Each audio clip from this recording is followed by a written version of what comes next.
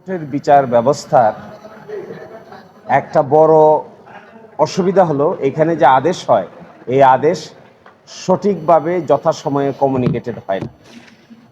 আপনারা দেখবেন একজন মানুষের আজকে জামিন হচ্ছে, তার আদেশ নিম্ন আদালতে যেতে 15 দিন 1 মাস সময় লাগছে। অথচ আজকে যার জামিন হচ্ছে তিনি তাহলে কোন আইন বলে জেলে আছেন? আজকে জামিন হয়ে গেলে আজকে থেকেই তো তার জামিন কার্যকর। এই বিষয়টিকে তড়িৎ সিস্টেম ডেভেলপ করার জন্য সুপ্রিম কোর্টের আইনজীবী এবং ঢাকা কোর্টের আইনজীবী মিলে আমরা একটি রিট আবেদন দায়ের করেছিলাম।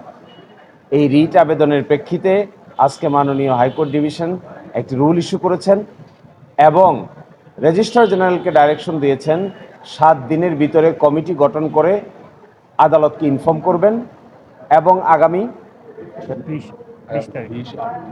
20-26 অগাস্টের 20 তারিখের মধ্যে গাইডলাইন তৈরি করে আদালতের কাছে আপডেট ইনফরমেশন দিবেন এবং গাইডলাইনের দায়িত্ব হবে কিভাবে রিয়েল টাইমে এই আদেশগুলো কমিউনিকেট করা যায়।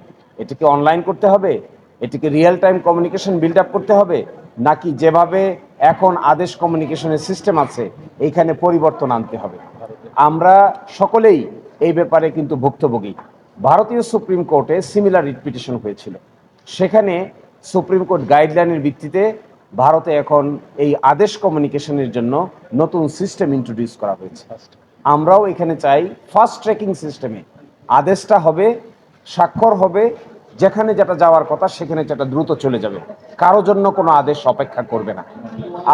আপনি দেখবেন যেখানে একটা আদেশ হয়, আদেশ হলে পরে আগে কোর্টে স্বাক্ষর হয়, এটা লাগে কয়েকদিন, সেকশনে যায় এখানে লাগে কয়েকদিন, স্ক্যানিং হয়, নিম্ন আদালতে যায়, নিম্ন আদালত থেকে জেল গেটে যায়, তারপরে একজন লোক বের হওয়ার মতো উপযুক্ত হয়। কিন্তু তার বেইল তো হয়ে যাচ্ছে যেদিন, সেদিনই তো তার বের হওয়ার অধিকার জন্ম নিচ্ছে। এই জন্য এই প্রক্রিয়াকে ফাস্টার করার জন্য, ফাস্ট ট্র্যাকার করার জন্য ইন্ডিয়ান সুপ্রিম কোর্ট যা করেছে তা যেন আমাদের দেশে করা হয়, এটাই আমাদের প্রেয়ার ছিল।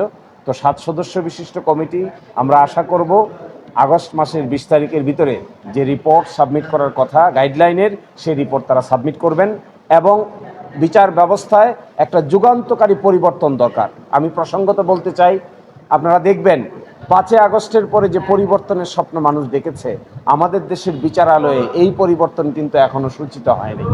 এখানে এখনো মামলার জট, কখন মামলা শুরু হবে, কখন মামলা শেষ হবে, বিশেষ কোনো ব্যবস্থা কিন্তু এখানে নেওয়া যায় নাই।